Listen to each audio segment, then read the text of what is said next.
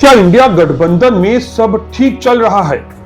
अगर ठीक चल रहा है तो फिर राहुल गांधी के नेतृत्व को लेकर इतने सारे सवाल क्यों उठ रहे हैं भला?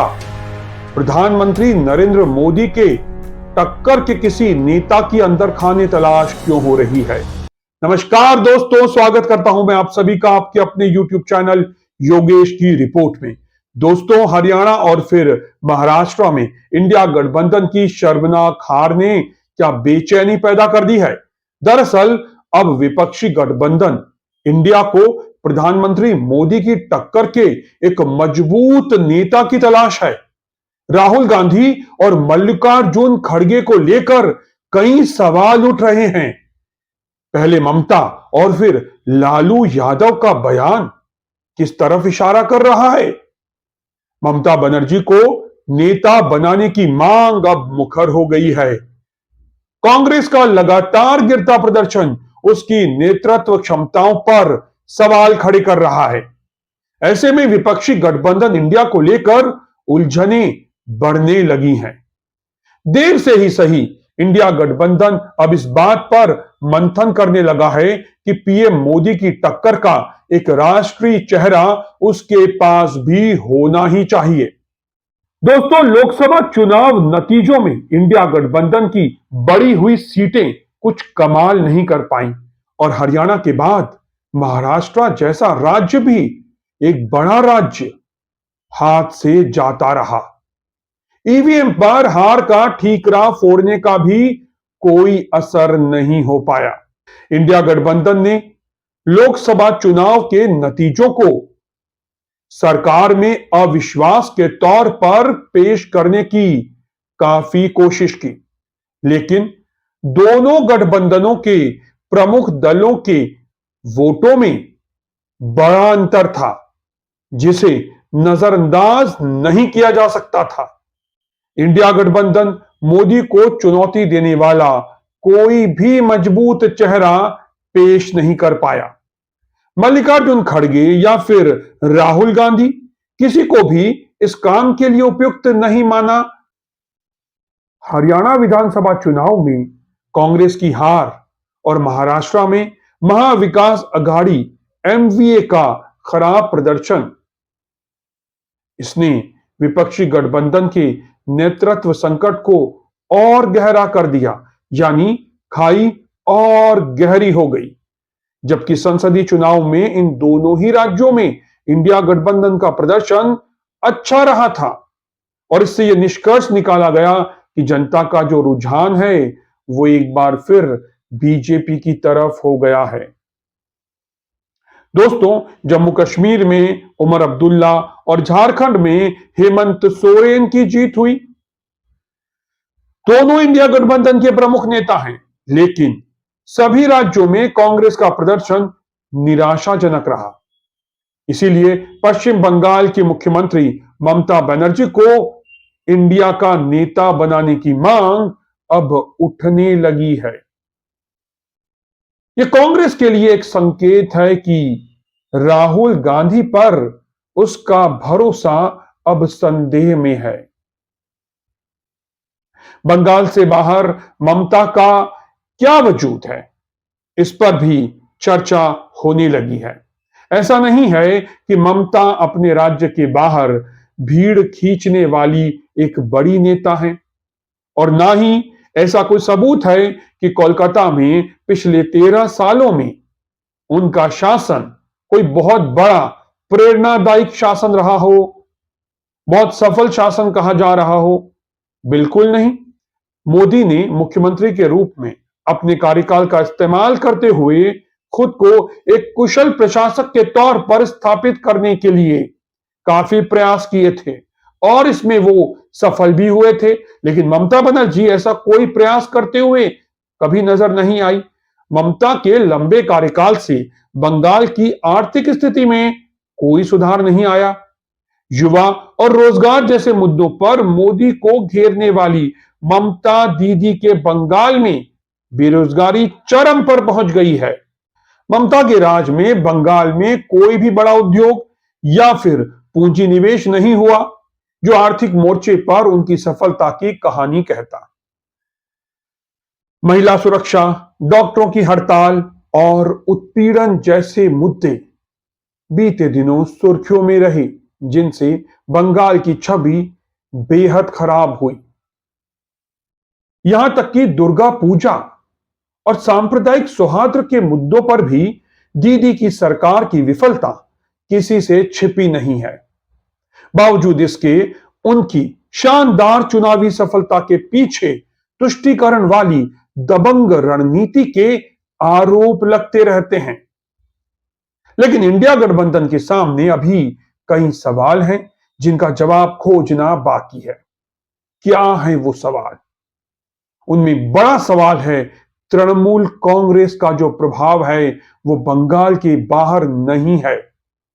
ममता दूसरे क्षेत्रीय दलों के नेताओं के लिए खतरा नहीं मानी जाती हैं, लेकिन कांग्रेस को यह रियायत नहीं मिलती क्योंकि उसके राष्ट्रीय स्तर पर अपने दावे हैं। वह अभी भी उसी दौर में जी रही है जब उसकी राष्ट्रीय स्तर पर मजबूत स्थिति थी। ममता को दूसरे क्षेत्रीय दलों के लिए नाम मात्र का स्वीकार्य होना एक बात है, लेकिन बड़ा सवाल है कि क्या राष्ट्रीय स्तर पर मतदाताओं में ममता दीदी की कोई स्वतंत्र अपील है क्या? दोस्तों, अगर इंडिया गठबंधन को लगता है कि उसे उसके नेता को अलग अलग विचारधाराओं वाले गठबंधन में उभरने वाली मतभेदों को संभालने में माहिर होना चाहिए, यानी आपसी झगड़ों को निपटाने में माहिर होना चाहिए, तो फिर ममता इस भूमिका में फिट बैठ सकती हैं। लेकिन यदि इंडिया गठबंधन को यह लगता है कि उसको मोदी की टक्कर का कोई नेता चाहिए, तो बंगाल तक सीमित ममता दीदी के लिए दिल्ली अभी बहुत दूर है। आखिर क्यों राहुल गांधी पर भरोसा नहीं रहा? राहुल गांधी से भरोसा आखिर क्यों उठता जा रहा है इंडिया गठबंधन का? राहुल गांधी के पास विपक्ष के नेता के रूप में अपनी स्थिति का लाभ लेने के कई मौके आए और चले गए। उनके पास मोदी का स्वाभाविक विकल्प बनने का भी अवसर था, लेकिन इंडिया गठबंधन के तमाम प्रयासों के बावजूद उन्हें एक विचारशील युवा नेता के रूप में वो स्थान नहीं मिल पाया जो उन्हें मोदी के विरुद्ध टक्कर में खड़ा कर पाता। कब, कहां, क्या और कितना बोलना है, यह एक सफल नेता का गुण होता है।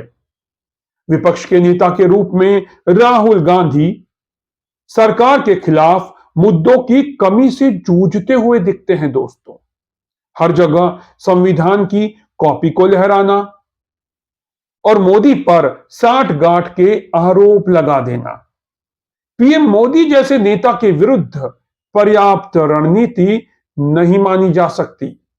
राहुल के भाषणों में उस स्तर का शोध और गहराई दिखाई थोड़ी कम देती है जिसने पीएम मोदी को एक विवेकशील नेता के रूप में स्थापित किया। वो गहराई राहुल में कम ही दिखाई देती है। पीएम मोदी का हर एक भाषण अगर आप उठा करके देखें तो वो उच्च कोटि का प्रतीत होता है।